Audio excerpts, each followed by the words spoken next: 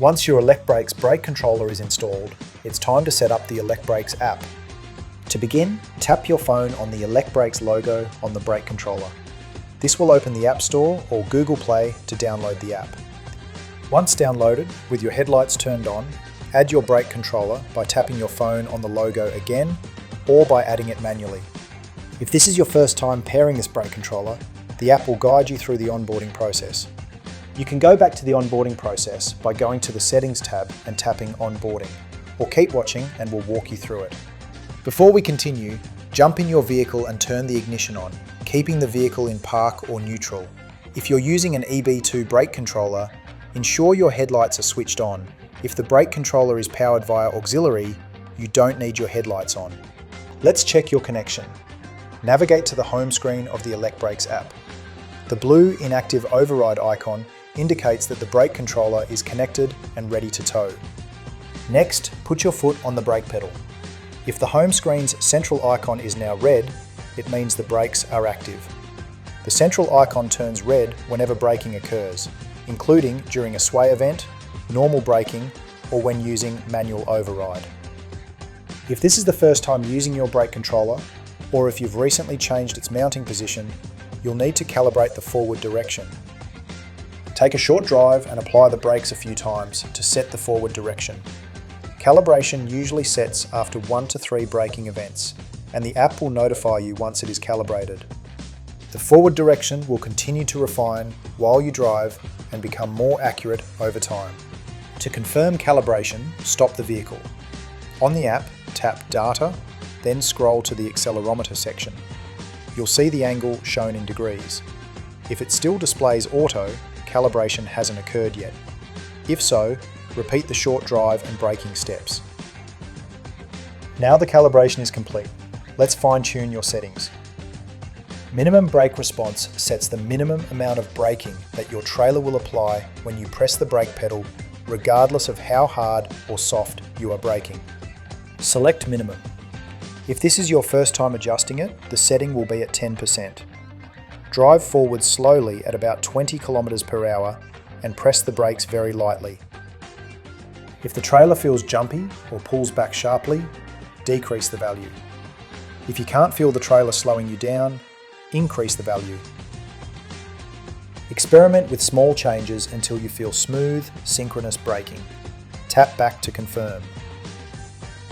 The forward braking response determines how aggressively the trailer brakes engage in proportion to your deceleration.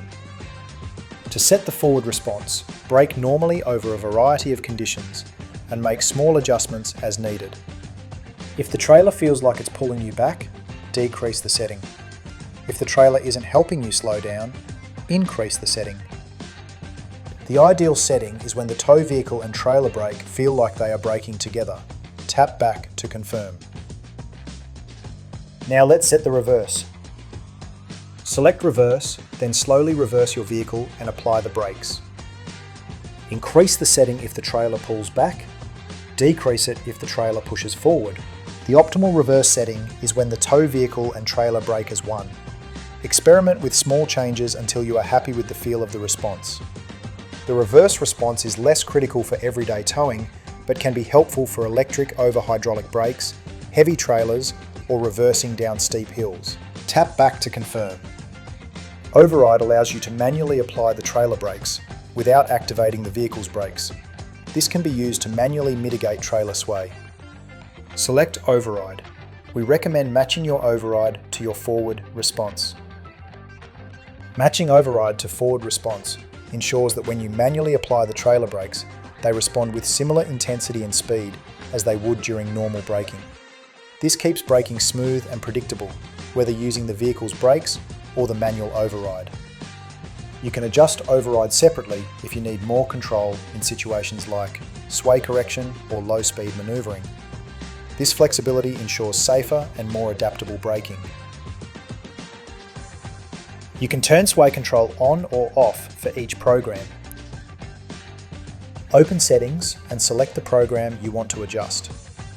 Scroll to the SwayControl section and toggle it on or off as needed.